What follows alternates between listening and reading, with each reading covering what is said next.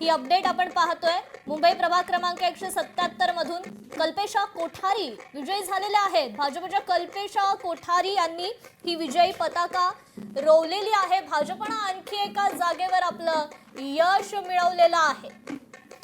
निश्चितच कृपा, जसं आपण पाहिलं की राजन विचारे यांच्या पत्नीचा पराभव झालाय।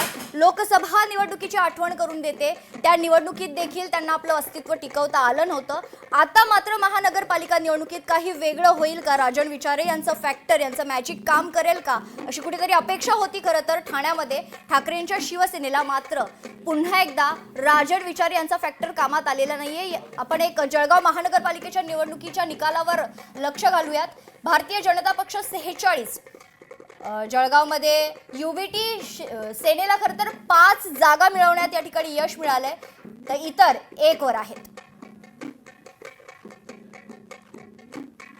अर्थातच जळगाव महापालिकेची ही ग्राफिक्स आपण पाहिले। त्यानंतर आणखी एक अपडेट समोर येते। सोलापुरातून भाजप पक्षाने या ठिकाणी जोरदार असा जल्लोष केलेला आहे। पालकमंत्री जयकुमार गोरे आहेत, आमदार देवेंद्र कोठे आहेत, या ठिकाणी त्या जल्लोषात सहभागी झाल्याचं पाहायला मिळतंय। आमदार सचिन कल्याण शेट्टी देखील या जल्लोषात सहभागी झालेले आहेत। कार्यकर्ते आणि पदाधिकाऱ्यांमध्ये त्या ठिकाणी मोठा उत्साह आहे। मोठ्या संख्येनं हे कार्यकर्ते, पदाधिकारी, नेते असतील त्या ठिकाणचे या जल्लोषात सहभागी झालेले आहेत।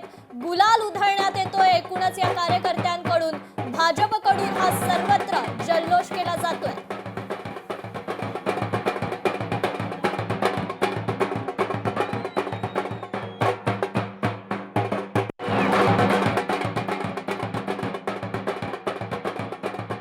जादू पुन्हा एकदा देवाभाऊ हेच खरे तर धुरंधर नेते असल्याचं स्पष्ट झालेलं आहे।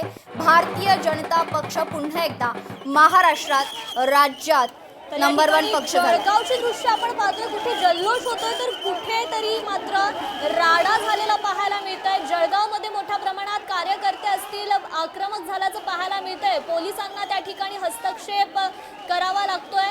जळगावात कुलभूषण पाटलांच्या समर्थनार्थ हा जमाव या ठिकाणी आक्रमक झालेला आहे। कुलभूषण पाटील यांची पोलिसांसोबत देखील झटापट झाल्याचं हे चित्र पाहायला मिळते। प्रशासनाकडून फेर मतमोजणी घेण्यात आली नसल्याचा आरोप त्यांनी या ठिकाणी लगावलेला आहे। लोकशाही मराठी ऐका, पहा, जागरूक रहा।